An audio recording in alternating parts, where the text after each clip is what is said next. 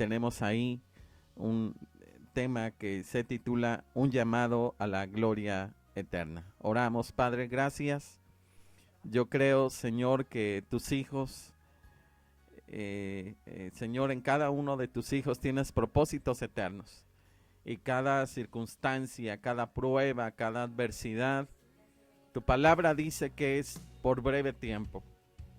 También tu palabra nos enseña, Dios, que debemos de aprender a distinguir las artimañas del enemigo. En este capítulo 5 tienes muchas cosas que decirnos, así que Padre, nos ponemos en tus benditas manos para que nos hables a través del capítulo 5 de la primera carta del apóstol Pedro. Señor, oramos a ti, que bendigas a cada uno de los oyentes, que no permitas que nadie se desconecte porque tú le tienes algo especial. No ha sido casualidad que estén conectados y Dios, yo creo que tienes propósitos eternos también en cada uno de ellos, como también sobre tu amada iglesia Jesús el Nazareno, la cual por tu misericordia, Señor, nos permites estar al frente a nosotros como pastores. Te damos toda la gloria y te damos muchas gracias por todos aquellos que han tenido a bien.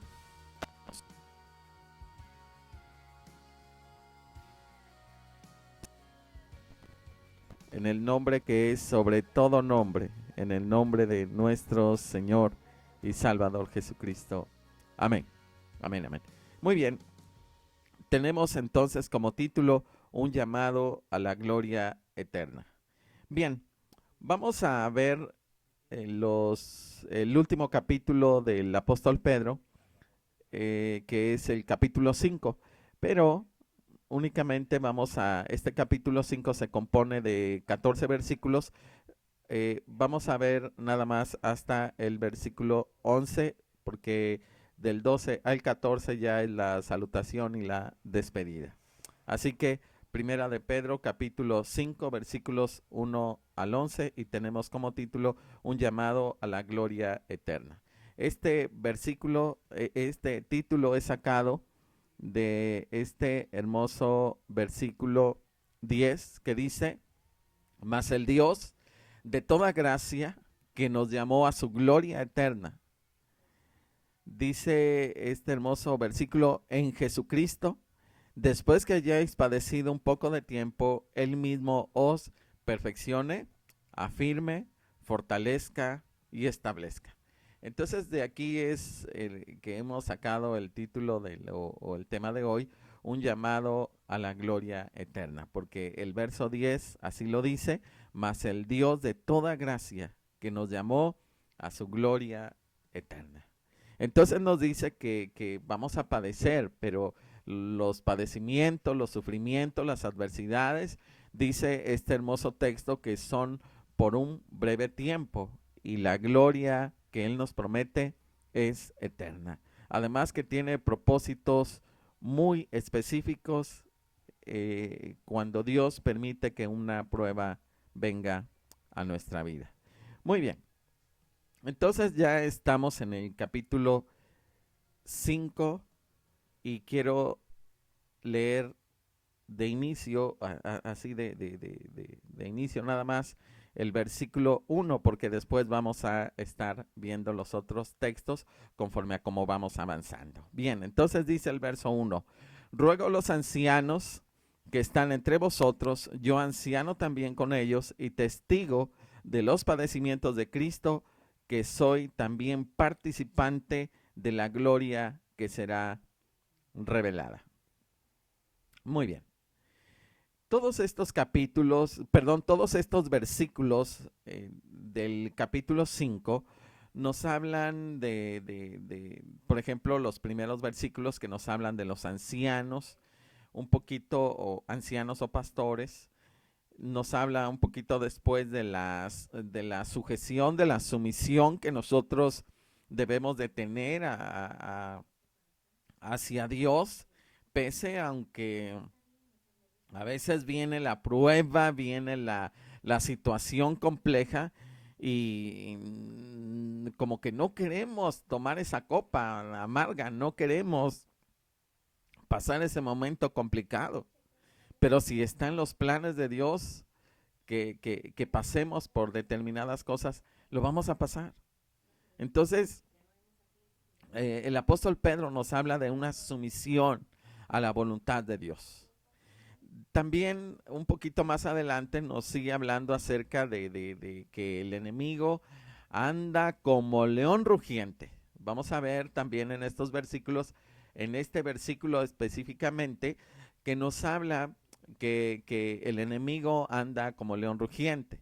En otras porciones bíblicas él se disfraza como ángel de luz, en otras como la serpiente antigua, pero en este caso como león rugiente, buscando a quien devorar. Así lo dice el apóstol Pedro. También este capítulo nos habla acerca de las promesas del Señor Jesús, que Él nos ha llamado a su gloria eterna. Y que dice el verso que veíamos, después de que hayáis padecido un poco del tiempo, Él mismo os perfeccione, afirme, fortalezca y establezca. Y el verso 11 termina diciendo, a Él sea toda la gloria por los siglos de los siglos. Y después ya viene entonces las salutaciones finales, es decir, los saludos y la despedida del apóstol Pedro, los versículos 12 al 14 que no vamos a ver ahora. Únicamente estamos enfocados en los versículos 1 al 11. Muy bien. Entonces hemos leído el versículo 1. Versículo 1, quiero volver a leer en mi Biblia y dice así. Ruego a los ancianos que están entre vosotros, yo anciano también con ellos, y testigo de los padecimientos de Cristo, que soy también participante de la gloria que será revelada. Muy bien. Aquí el apóstol Pedro hace un ruego a los ancianos y él también se considera un anciano más. La primera palabra que nosotros encontramos aquí es ancianos, pero el apóstol Pedro no se está refiriendo a edad física, sino a los ancianos, a aquellos que están al frente de las congregaciones, que son líderes, que son autoridades espirituales. Entonces aquí lo primero que el apóstol menciona en este versículo 1 del capítulo 5 es una palabra a los ancianos o pastores en otros versículos, y obispos en otras cartas, como lo menciona el apóstol Pablo. Entonces, Pedro aquí se presenta como anciano también con ellos y dice que él mismo es testigo fiel de los padecimientos de Cristo, anciano también con ellos. Qué lejos está el apóstol de presentarse como el sumo pontífice de la iglesia. Él no lo hace así. Él se presenta como anciano también, como pastor. Dice que él fue testigo de los padecimientos de Cristo. Entonces, Pedro había visto al pastor de pastores, al pastor de las ovejas, como lo describe San Juan capítulo 10. Él había visto a Cristo morir por las ovejas. Y ese amor que Pedro ve en Cristo lo lleva a cuidar también de las ovejas como Cristo se lo encargó. El Señor Jesucristo, cuando resucitó, le encargó al apóstol Pedro una gran encomienda y le dijo: Simón, hijo de Jonás, ¿me amas? Él no le preguntó, Pedro, ¿qué tanto has llorado? Y le llamó por su nombre antiguo. Y le dijo, ¿me amas? No le dijo, ¿te arrepientes? No le dijo, ¿qué experimentaste por la negación que me hiciste? No. Cristo le hizo una pregunta acerca del amor que Pedro sentía por él. Y después le dijo, apacienta mis ovejas. Esto lo leemos en San Juan capítulo 21, versos 15 al 17. Y entonces el apóstol Pedro permanece fiel al encargo de nuestro Señor y Salvador Jesucristo, apacentando los corderos, apacentando las ovejas. Y él dice que él fue testigo de los padecimientos que tuvo Cristo y él conocía de primera mano las aflicciones que pasó Cristo, que no son, por así decirlo, las de nosotros. Los sufrimientos de Cristo no son mayores a los que Cristo padeció. Y otra cosa que también vemos, que Cristo estuvo en el monte el apóstol Pedro estuvo también en el monte de la transfiguración y experimentó a un Cristo glorificado ahí, en ese monte. Y entonces toda esa gloria, dice el apóstol, que será revelada. Dice el mismo versículo, y testigo de los padecimientos de Cristo, que soy también participante de la gloria que será revelada. Él había sido testigo de cómo Cristo se había transformado en aquel monte, y la Biblia señala que el apóstol Pedro dice que esto será revelado más adelante. Entonces, nosotros podemos ver aquí que el apóstol Pedro habla en base a sus propias experiencias, a los creyentes de Asia Menor, a aquellos que estaban sufriendo, a aquellos que habían dejado todo por ser cristianos, por ser creyentes. Pero primeramente vamos a ver qué significa la palabra anciano. ¿Por qué les dice el apóstol Pedro, ruega a los ancianos que están entre vosotros, yo anciano también con ellos? ¿Qué les dice? ¿Qué les encarga ahora el apóstol Pedro? Lo mismo que a él le encargaron, lo mismo que Jesús le encargó a él. Dice el verso 2, apacentar la grey de Dios. Pero primeramente debemos entender qué es un anciano. Un anciano, en otras, vuelvo a repetir, en otras porciones bíblicas, el apóstol menciona obispos, en otras se menciona pastores.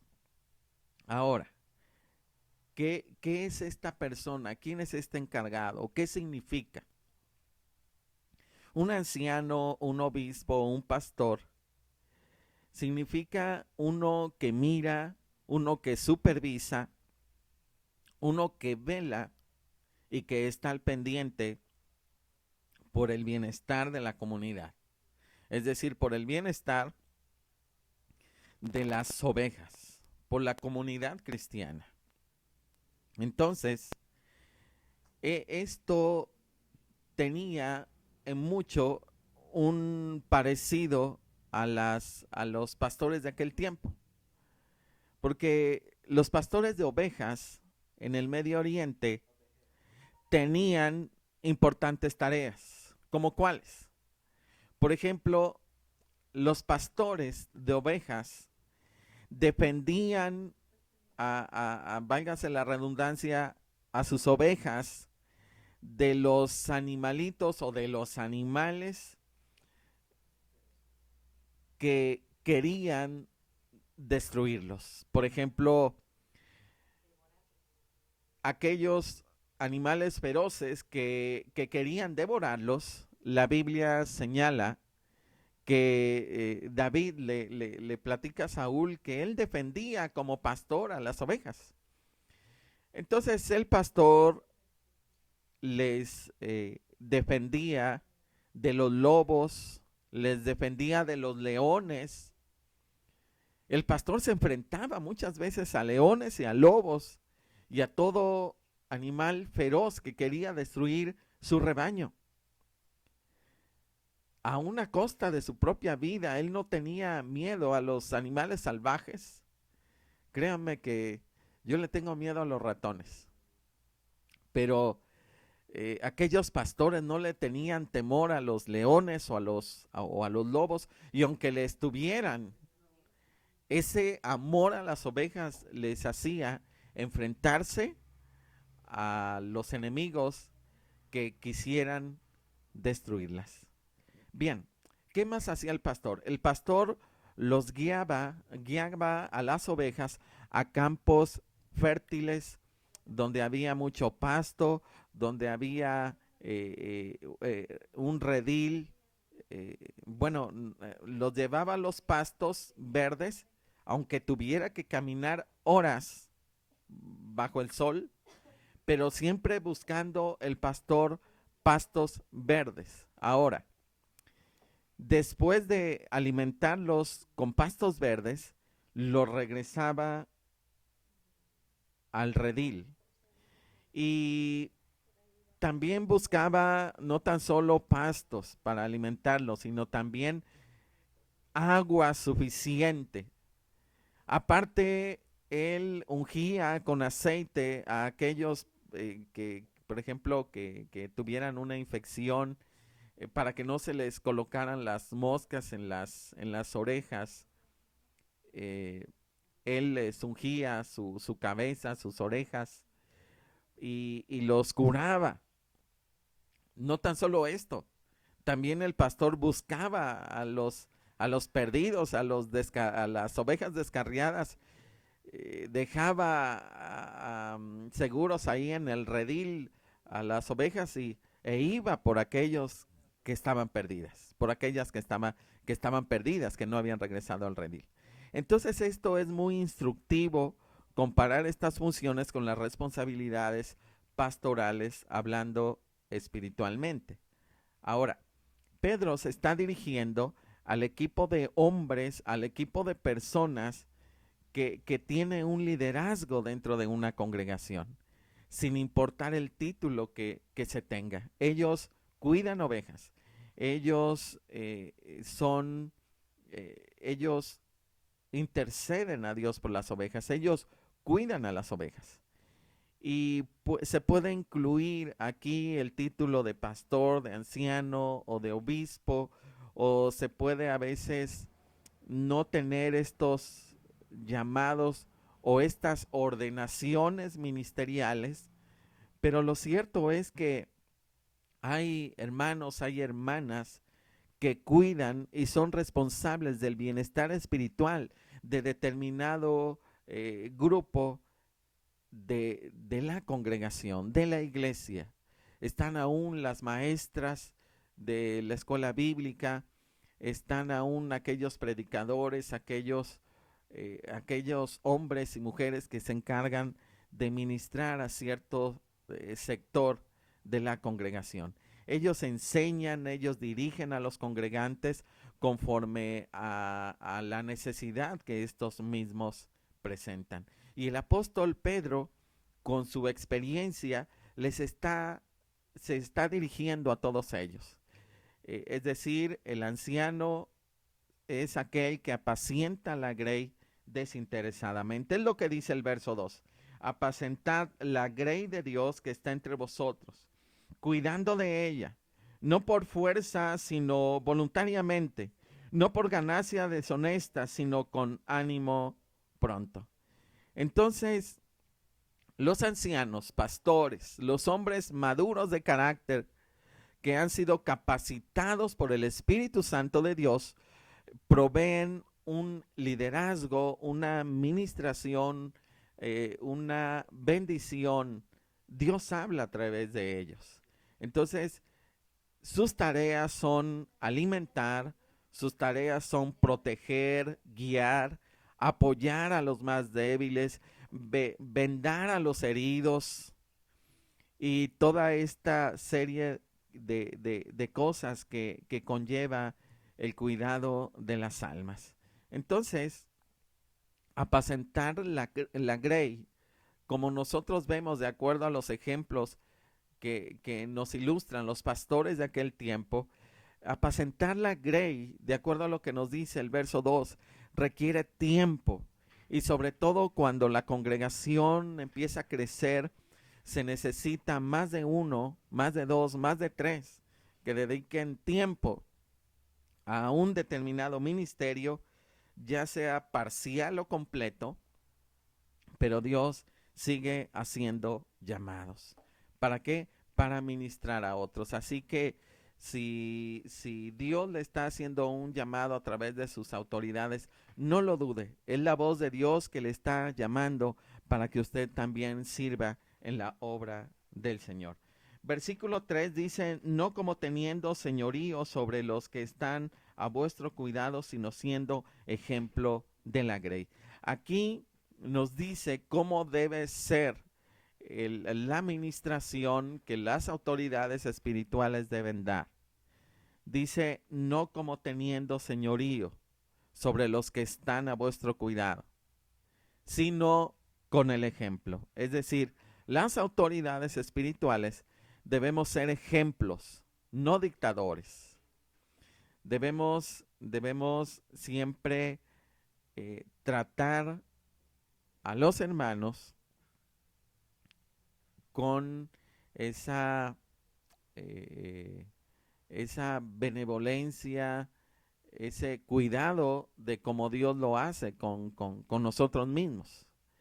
Ahora, nosotros, de acuerdo al liderazgo que el Señor Jesucristo nos enseña, nosotros vemos que Él no vino para que los demás nos sirvan, sino nosotros hemos sido llamados para servir. Dice San Marcos 10:45, porque el Hijo del Hombre no vino para ser servido. Los siervos de Dios no estamos para que nos sirvan, sino que estamos para servir a otros. Porque el Hijo del Hombre no vino para ser servido, sino para servir y dar su vida en rescate por muchos. Marcos 10:45.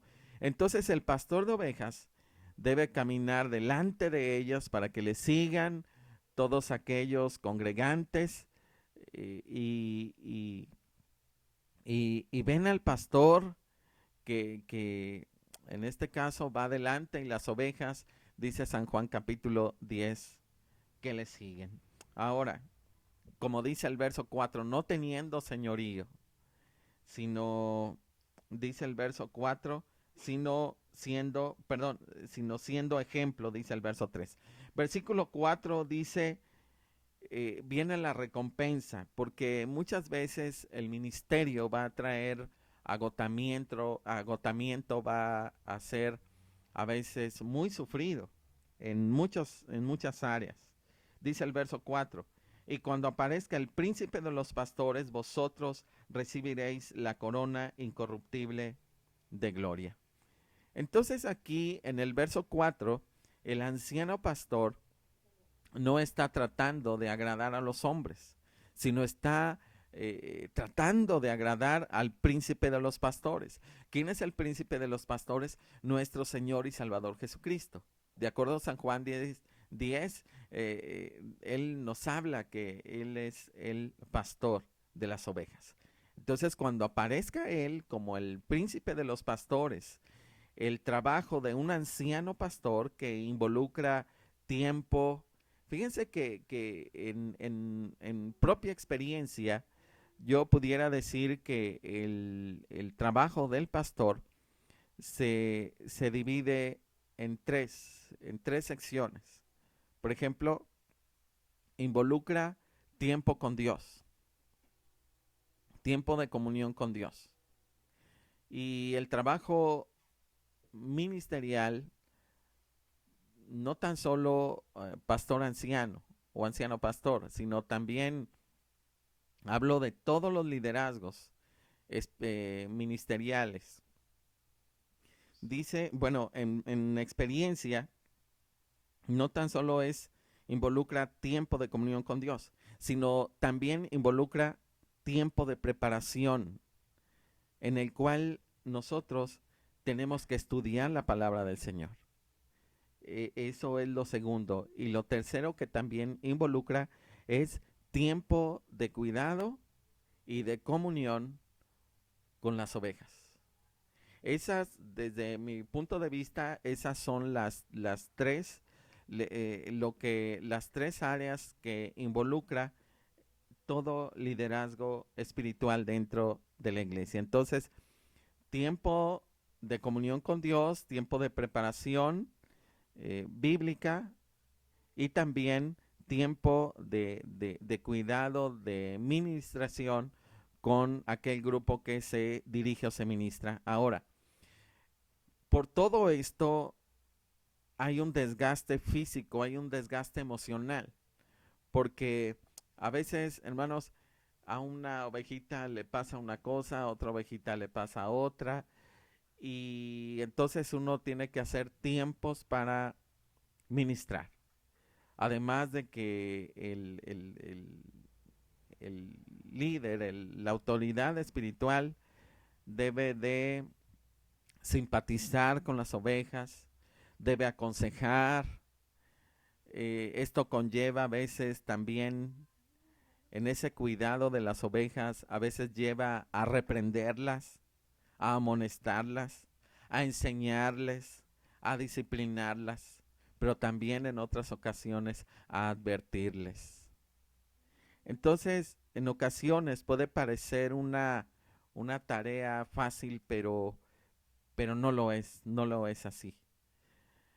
Y esta tarea, dice el apóstol Pedro, que no quedará sin recompensa. Cuando aparezca el príncipe de los pastores, dice que ellos recibirán la corona corruptible de gloria. A decir verdad, no sabemos cómo serán esas coronas que la Escritura nos describe, pero la Biblia nos habla de la corona de gozo en Primera Tesalonicenses 2:19, nos habla de la corona de justicia en Primera Timoteo 4:8, nos habla de la corona de vida en Santiago 1:12 y Apocalipsis 2:10, y nos habla de la corona de gloria, en este caso aquí con el apóstol Pedro. Y aunque no sabemos con exactitud cómo serán estas coronas, lo que sí sabemos es que las vamos a poner a los pies de nuestro Señor y Salvador Jesucristo. Y también sabemos que será amplia la recompensa por las lágrimas, por las pruebas, por el sufrimiento que se haya experimentado bajo la prueba, bajo ese servicio que aquellos que experimentamos ese llamado de parte de Dios, bueno, le damos a nuestro Dios, dice la Escritura, que no quedará sin recompensa. El príncipe de los pastores, Jesucristo mismo, será quien entregue a los ancianos pastores esa corona que Dios ha prometido a los que le aman, a los que le sirven en este caso. Ahora, también vemos algo importante en los versículos que estamos viendo, que el ejemplo del anciano tiene el anciano pastor. Dice este versículo 5 que debe enseñar a los jóvenes. Bueno, el verso 5 específicamente dice, igualmente jóvenes, estad sujetos a los ancianos, todos, sumisos unos a otros, revestidos de humildad, porque Dios resiste a los soberbios y da gracia a los humildes. Muy bien, el ejemplo del anciano pastor debe instruir a los más jóvenes a que sean humildes. Y el apóstol Pedro, yo creo que tenía muy presente el ejemplo de nuestro Señor y Salvador Jesucristo.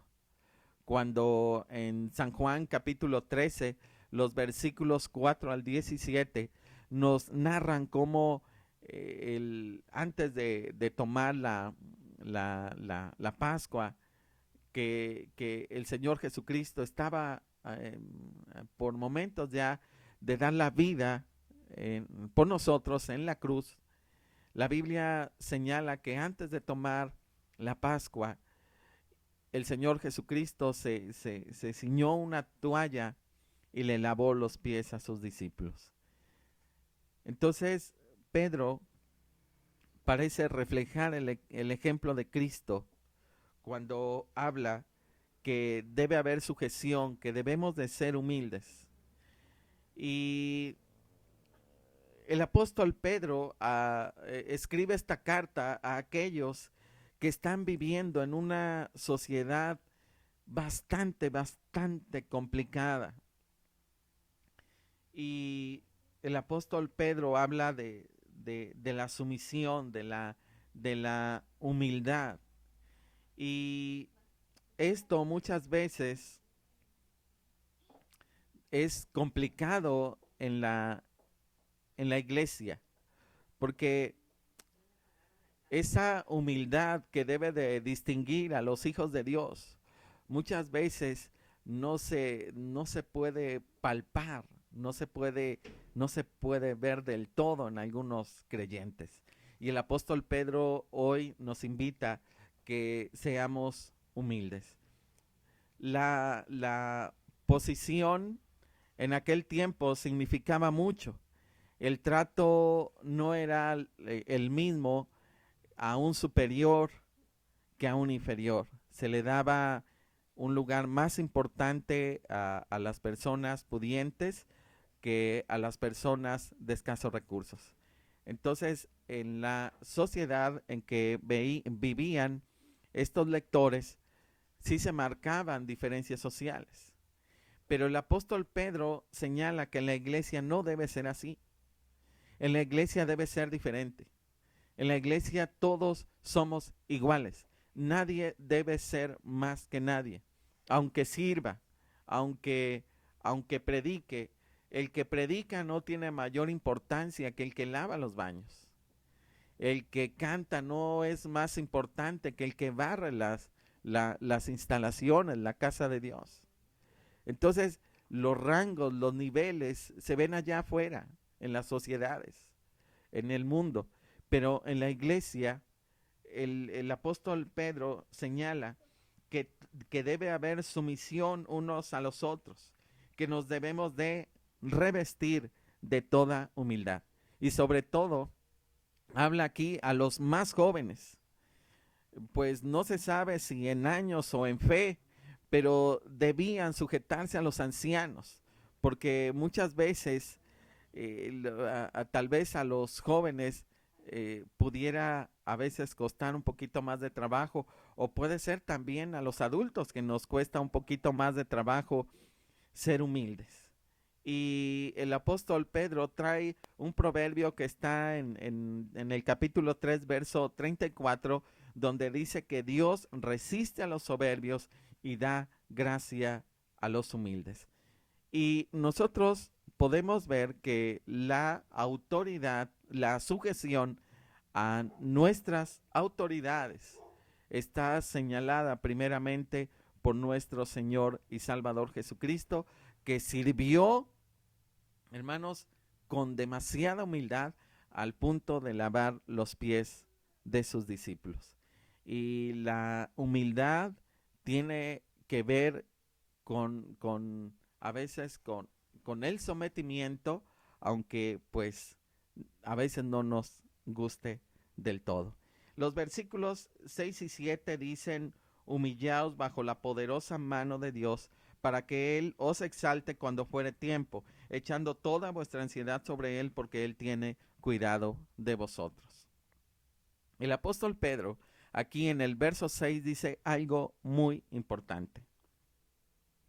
Porque los santos hombres de Dios de aquel tiempo, los cristianos de aquel tiempo, estaban pasando por prueba de fuego, por aflicciones, por situaciones bastante complejas, bastante complicadas. Y el apóstol Pedro les dice: humillaos bajo la poderosa mano de Dios, para que los exalte cuando fuere tiempo.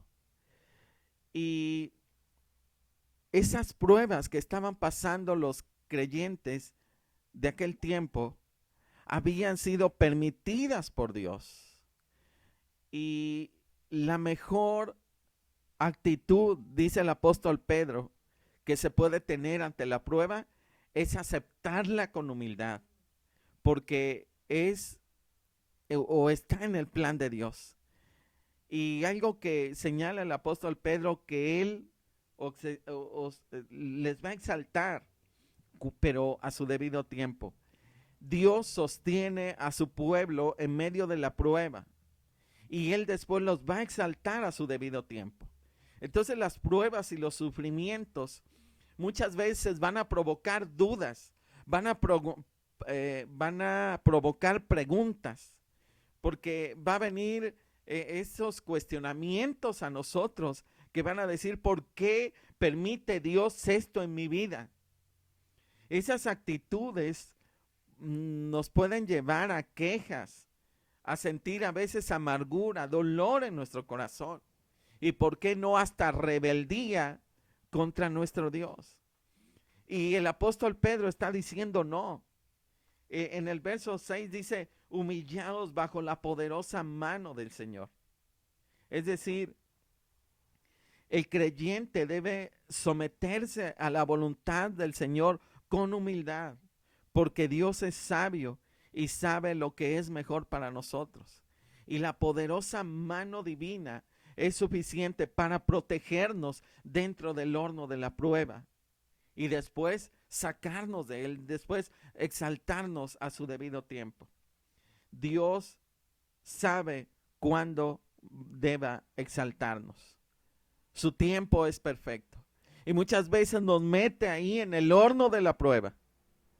Y nosotros nos va a costar ser humildes y someternos a la voluntad del Padre. Pero el apóstol Pedro hoy nos dice, humillaos bajo la poderosa mano del Señor. Entonces, si estamos pasando por una prueba, si estamos pasando por una dificultad, debemos humillarnos, no ante las personas, no ante el enemigo, sino el apóstol Pedro dice que bajo la poderosa mano del Señor. Y ser humilde es no cuestionar la voluntad soberana de Dios. El creyente que se somete bajo la poderosa mano del Señor entiende que esa poderosa mano del Señor es suficiente para guardarle y va a estar allí con él. Someterse a la voluntad de Dios es confesar con humildad delante de Él que aceptamos su voluntad, aunque esto nos duela. Aceptar o someternos bajo la poderosa mano del Señor es decirle, Señor, gracias, aunque no lo entiendo del todo, confío en ti ciegamente. Someterse a la voluntad de Dios es reconocer que Él sigue teniendo el control de todas las cosas. Someterse bajo la poderosa mano del Señor es reconocer que Él sigue siendo nuestro Dios y nuestro Señor. Aunque no entendamos del todo por qué permitió esa situación en nuestra vida. Dice la parte B, para que Él los exalte cuando fuere tiempo. No habrá recompensa inmediata en medio de la prueba, pero con el tiempo le sabremos agradecer a Dios porque lo permitió así. Aunque de momento pues no lo entendamos. Entonces en todos estos versículos nosotros vemos que debemos de practicar la humildad, es decir, aunque la sociedad trate de una manera diferente, en la iglesia todos somos iguales.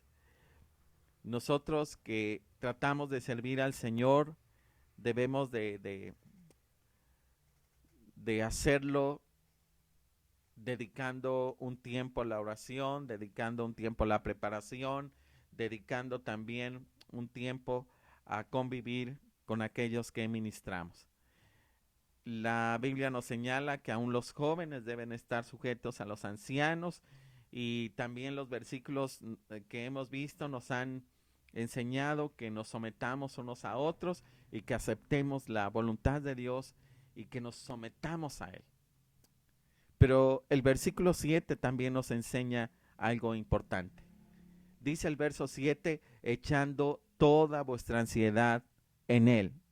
Es decir, aparte de muchas veces de que tenemos, de que nos cuesta entregarnos a ese sometimiento a la voluntad de Dios, muchas veces va a venir sobre nosotros esa ansiedad. Pero los creyentes, aquellos que conocemos a Dios, aquellos que hemos tenido un encuentro con nuestro Señor y Salvador Jesucristo, entendemos que tenemos un privilegio. ¿Cuál es ese privilegio? Echar toda nuestra ansiedad sobre el Señor con la plena confianza que Él tiene cuidado de nosotros. Yo te pongo en mis manos todas mis ansiedades. Es que esta pandemia, es que no sé lo que voy a hacer, es que lo que me depara el futuro para mí es, vaya, trágico en cuanto a planes, porque, Señor, a mí se me ha desplomado todos mis proyectos, todo lo que yo tenía, todo se ha acabado. Para mí no hay futuro glorioso, para mí hay un futuro incierto. Cuando todas esas ansiedades empiezan a venir sobre nosotros, la Biblia dice que entonces yo tengo el privilegio de poner toda esa ansiedad en las manos de Dios y creer plenamente que Él tiene cuidado de mí. Porque podemos concluir diciendo, bueno, el apóstol Pedro nos hace ver que la ansiedad es innecesaria. No tenemos, es decir, la ansiedad o la angustia no resuelve los problemas. No tenemos esa necesidad de llevar nuestras cargas y nuestras ansiedades sobre nosotros mismos. La ansiedad muchas veces niega la sabiduría de Dios, porque cuando nos sentimos ansiosos, es como si le dijéramos a Dios que Él no sabe lo que está haciendo, que por qué está permitiendo eso en nuestra vida. Entonces, la ansiedad nos lleva a la incredulidad. La ansiedad niega el poder de Dios, porque es como si le estuviéramos diciendo, tú no tienes poder para librarme de esto que estoy pasando. Entonces, la respuesta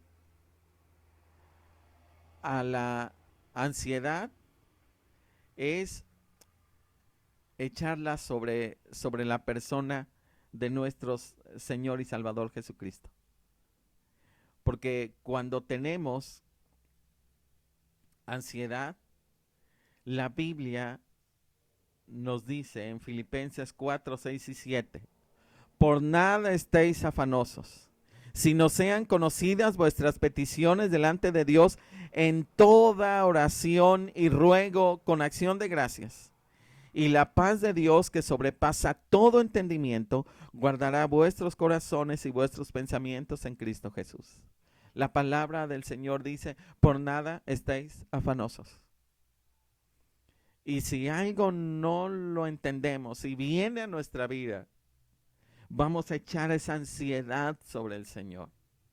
Y no tan solo vamos a echar esa ansiedad sobre el Señor, vamos a someternos a la voluntad de Dios y le vamos a decir, no lo entiendo, pero me someto a ti. No es fácil someterse a la voluntad de Dios. Créanme, no es nada fácil. No es nada fácil cuando las cosas no son como tú quieres que sean. cuando te has esforzado y has dado todo para nada, como si de repente todo se hubiera desplomado y no hay respuesta por ninguna parte y es difícil someterse a Dios y humillarse delante de Él. Es complicado, pero la palabra nos enseña que Él nos va a exaltar cuando fuera tiempo. Muy bien, no permitamos que las ansiedades nublen nuestra, lo voy a decir de otra manera, no permitamos que las ansiedades hagan una como neblina y nos impidan ver la fidelidad de Dios, porque Dios es fiel. La meta debe ser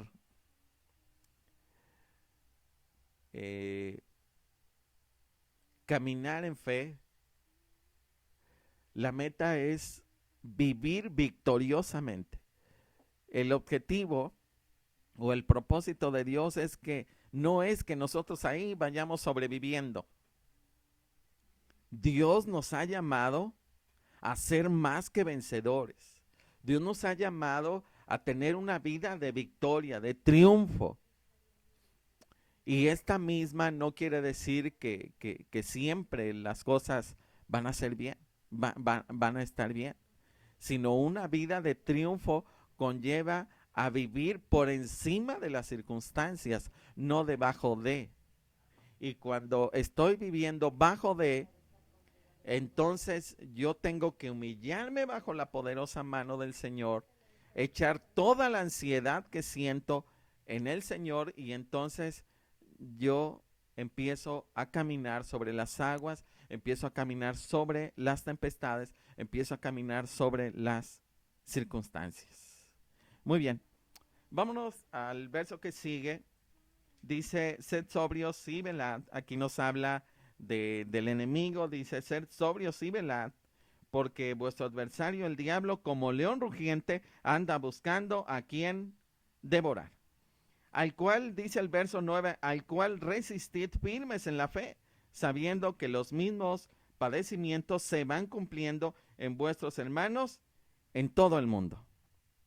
Muy bien. Muchas veces nosotros pensamos que nuestros adversarios son las personas que nos rodean. Y empezamos a criticarlos y empezamos a pelear con ellos, porque consideramos que ellos son nuestros adversarios. Pero el apóstol Pedro aquí nos señala que seamos sobrios y que velemos, porque el verdadero adversario nos da su nombre y dice que se llama diablo. Así que debemos ser sobrios y velar, porque vuestro adversario, el diablo, como león rugiente, anda alrededor buscando a quien devorar. El versículo 8 que estamos leyendo nos dice que debemos de ser sobrios y velar, porque tenemos un poderoso adversario. Ahora, ser sobrios significa ser serios en nuestros pensamientos, tener un enfoque real sobre las circunstancias que nos rodean, ser inteligentes respecto a las estrategias que el enemigo usa para destruirnos. Una persona que no es sobria, que no vela, es una persona que desconoce los ataques de su adversario y pelea con las personas. Y vive de una manera muy ligera. Entonces, una persona que no conoce, vuelvo a repetir, las artimañas del enemigo, que no es sobria, que no está velando, empieza a pelear con todo el mundo porque piensa que ellos son sus enemigos. Pero aquel que ve la vida como Jesús la ve, que es sobrio y que vela, adopta una actitud diferente, es decir, tiene una constante vigilancia, está presto a hacer frente a los ataques del enemigo. ¿Cómo es esto? Bueno, es una persona que ora, es una persona que ayuna, es una persona que lee la Biblia, es una persona que vela por sus hijos, que vela por su matrimonio, que ve por su casa, que ve las cosas más allá, que ve las cosas desde un punto espiritual, que ve las cosas, que es sobrio, que vela. Perdón. Ahora, el diablo tiene diferentes posturas. A veces acude como una serpiente e intenta seducir a la gente con la corrupción moral. Lo quiere corromper. Y le empieza a decir, como serpiente antigua empieza, no es malo que hagas esto, todos lo hacen.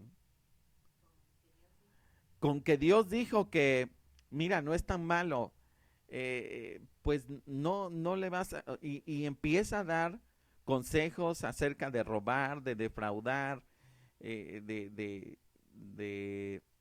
hacer cosas ilícitas. Pues mira, no es tan malo. A veces se pone como serpiente, toma una actitud de aconsejar o mal aconsejar al creyente. No es tan malo, no estás haciendo malo. Dios está viendo tu necesidad. Pero muchas veces el enemigo se disfraza, dice el apóstol Pablo, como ángel de luz. Y como ángel de luz también es peligroso, porque intenta engañar a la gente en el reino espiritual. Y pareciera que es de Dios, pero no es de Dios. Es del enemigo, porque él se está disfrazando como ángel de luz y se mete en el reino espiritual y entonces se empieza a engañar, y esto es muy peligroso, porque él se disfraza como ángel de luz.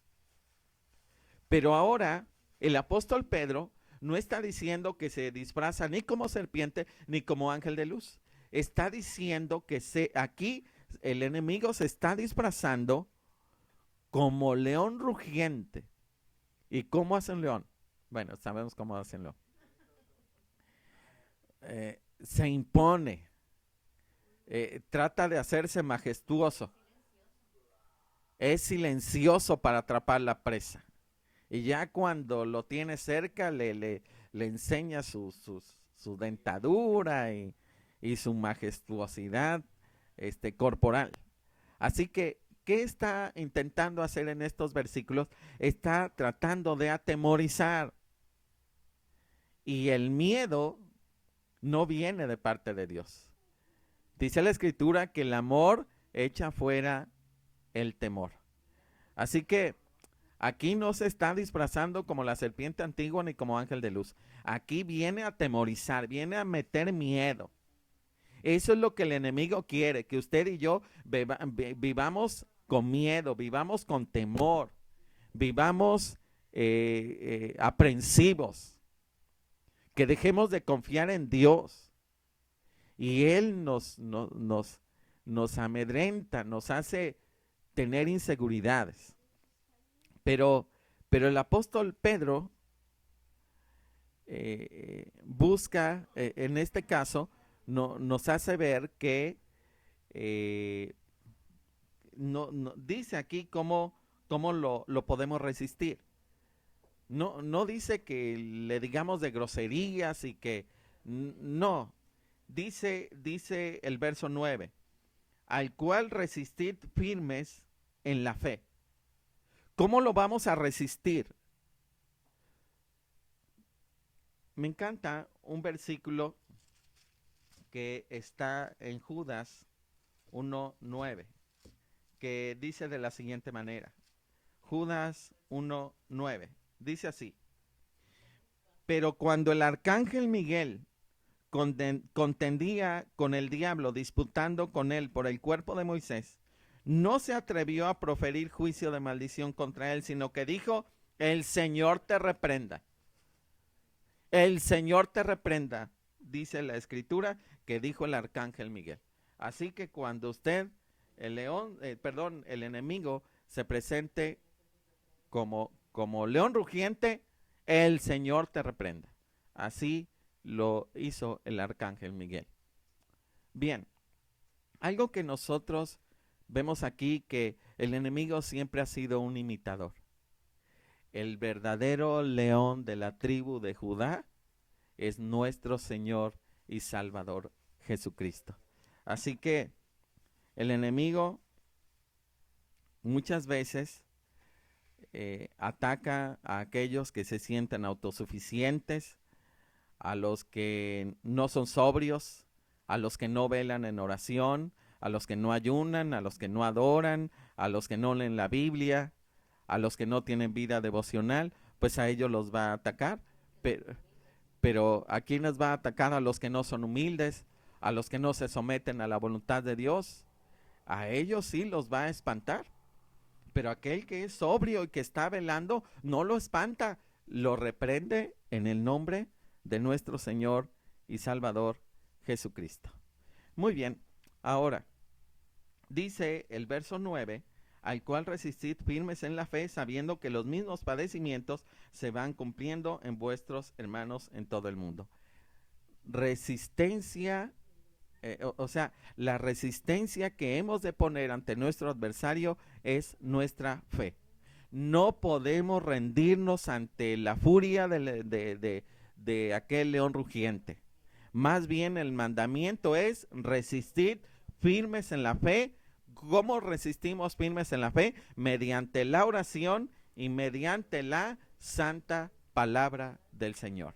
De esta manera nosotros nos mantenemos firmes en la fe, dependiendo de Dios, y así podemos resistir al enemigo. Porque una de las tácticas que él tiene es desalentarnos con el pensamiento de que, por ejemplo, ¿cómo son sus tácticas? Tus padecimientos son muy grandes, son muy intensos. Eres la persona que sufres más en todo el mundo. Tal vez no a ese extremo, pero nos hace ver que Dios nos ha abandonado. Al pasar por el fuego de la aflicción, en este caso nosotros como creyentes, es fácil que nos podamos desalentar, pero el enemigo a veces no recuerda que por así decirlo, nos dice, más que recordarnos, nos dice que Dios nos ha abandonado, que Dios ya nos dejó de amar, que nos abandonó, que no somos sus hijos, porque Él es mentiroso y padre de toda mentira. Pero Pedro no recuerda, el apóstol Pedro no recuerda que los mismos padecimientos se van cumpliendo en nuestros hermanos en todo el mundo. Así que todos los que somos creyentes, los mismos padecimientos se irán cumpliendo. Muy bien, el versículo 10 y 11 ya para concluir nos dicen: mas el Dios de toda gracia, que nos llamó a su gloria eterna en Jesucristo, después de que hayáis padecido un poco de tiempo, Él mismo os perfeccione, afirme, fortalezca y establezca. Él sea la gloria y el imperio por los siglos de los siglos. Amén. Muy bien, aquí nosotros tenemos la promesa de Dios. Él nos hace un llamado a su gloria eterna. Y yo quiero llamarle así, que este versículo 10 y versículo 11 son como no precisamente el corazón de esta carta, pero son versículos claves de esta hermosa epístola del apóstol Pedro. Y el apóstol dice que Dios nos ha llamado a su gloria eterna. Es decir, Dios en esa gloria a la cual nos ha llamado, que es una gloria eterna, nos señala que dice que vamos a padecer. Pero hay un contraste entre la gloria y los padecimientos, porque el sufrimiento, nos dice el apóstol Pedro, que es por breve tiempo. Dice: mas el Dios de toda gracia, que los llamó a su gloria eterna en Jesucristo, después de que hayáis padecido por un breve tiempo. Después de que hayáis padecido por un poco de tiempo, dice literalmente el texto,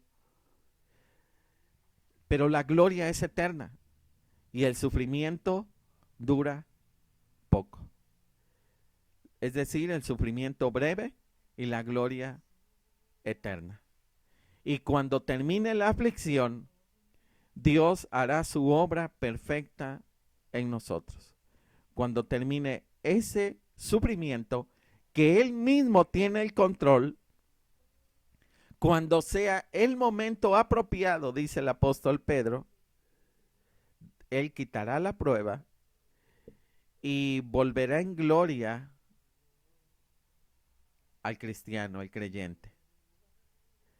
Entonces, aquí nos dice que nos ha llamado a su gloria eterna, es decir, más allá de los sufrimientos de esta vida, estaremos para siempre con nuestro Salvador y seremos y estaremos ante su presencia para siempre.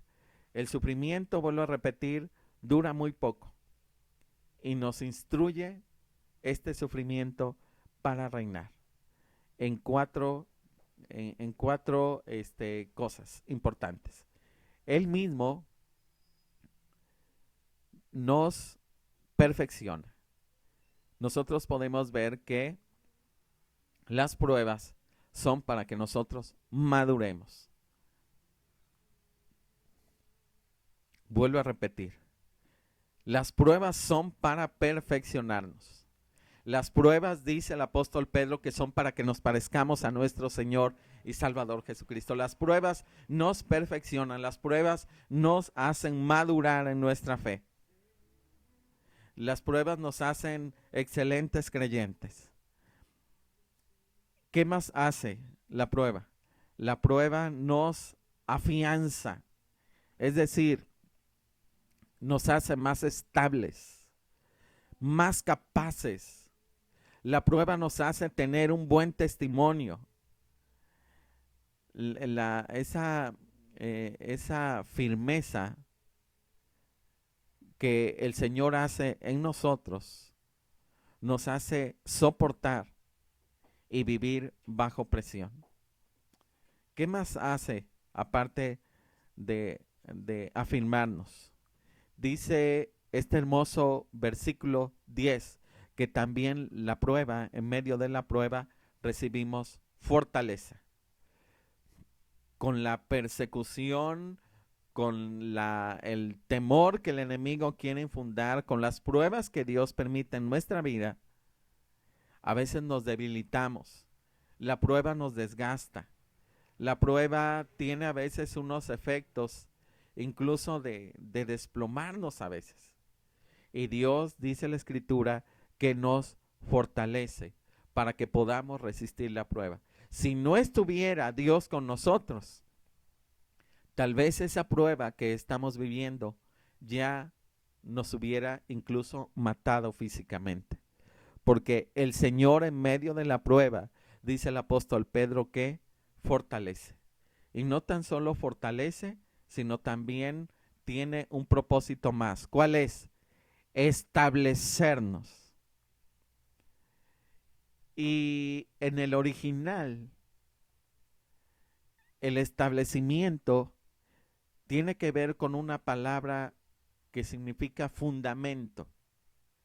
Dios quiere que cada creyente esté fundamentado, plantado como verdadero hijo de Dios, como un genuino cristiano.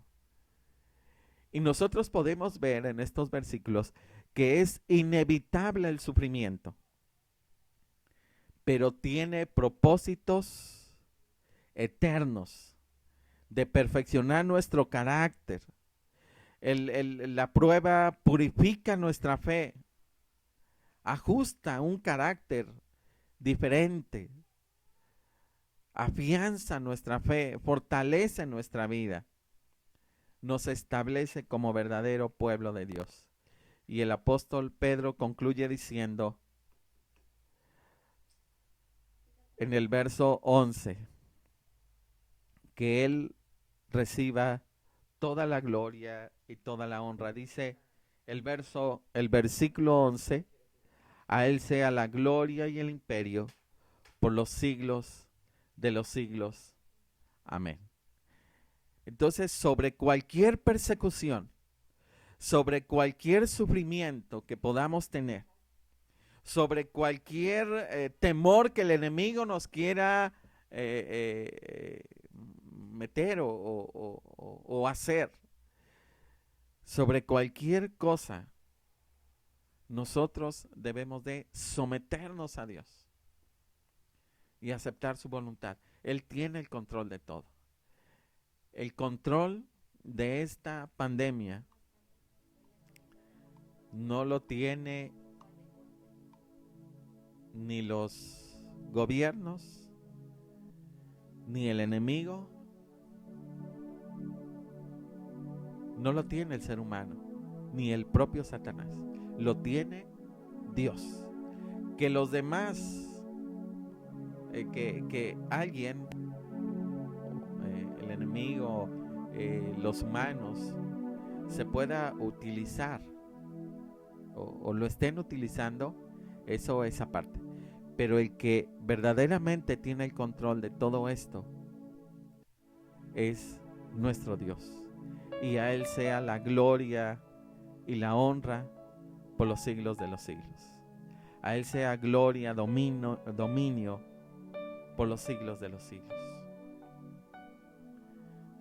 Las últimas palabras de la carta, si nosotros nos damos cuenta, se escribieron para animar a los creyentes, como que el apóstol Pedro le pusiera como la cereza ahí al pastel, a la carta.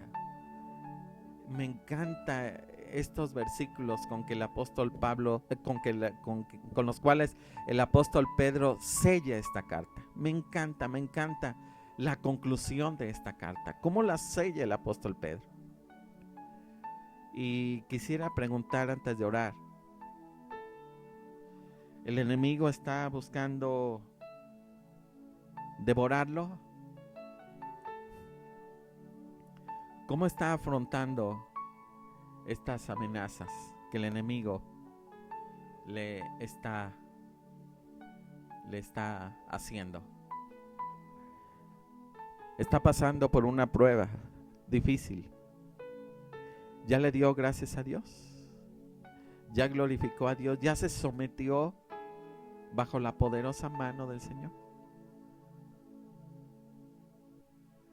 ¿Está sirviendo en algún ministerio dentro de su congregación? ¿Es usted ejemplo? ¿Lo hace con humildad? Hermano, hermana, ¿es usted sobrio y vela? ¿Distingue los ataques del enemigo o piensa que las personas son sus enemigas? Que los cristianos, que su familia son sus enemigos. ¿O ha detectado ya que los enemigos no son los humanos? Es el propio Satanás que le quiere destruir y que quiere destruir a los suyos y que quiere que entre unos a otros se autodestruyan, porque Él vino a matar, hurtar y a destruir. Si piensa de esta manera, permítame decirle que usted no está siendo sobrio y no está velando. La prueba no es porque Dios no lo ame. Usted no le haga caso al enemigo. La prueba no es porque Dios se ha olvidado de usted. La prueba que ha venido a su vida es porque Dios quiere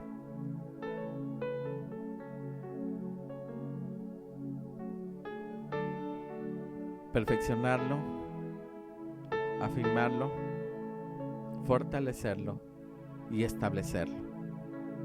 Eso es lo que Dios quiere. ¿Qué más quiere el Señor?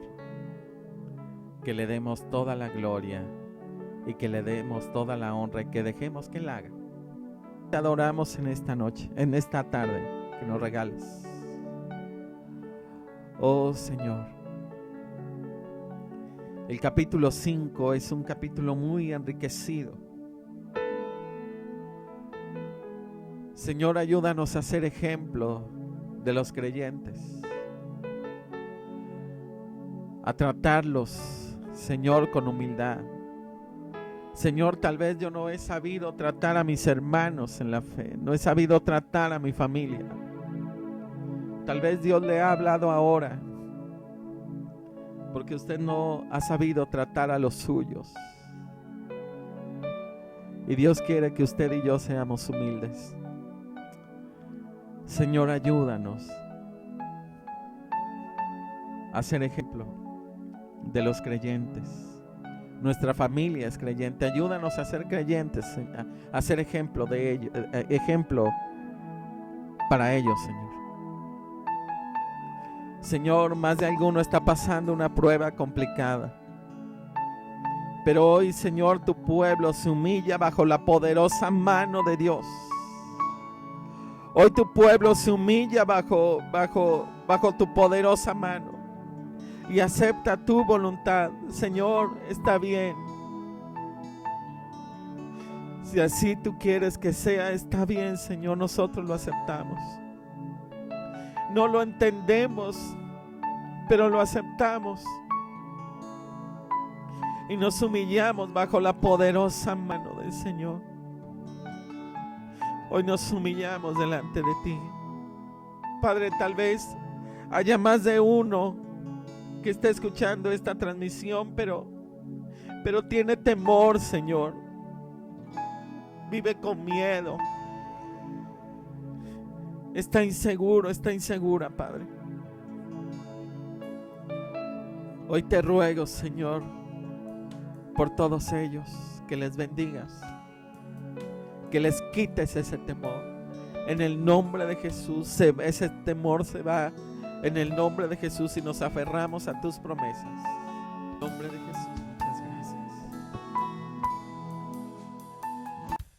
Jehová te bendiga y te guarde. Jehová haga resplandecer su rostro sobre ti y tenga de ti misericordia. Jehová alce sobre ti su rostro y ponga en ti paz.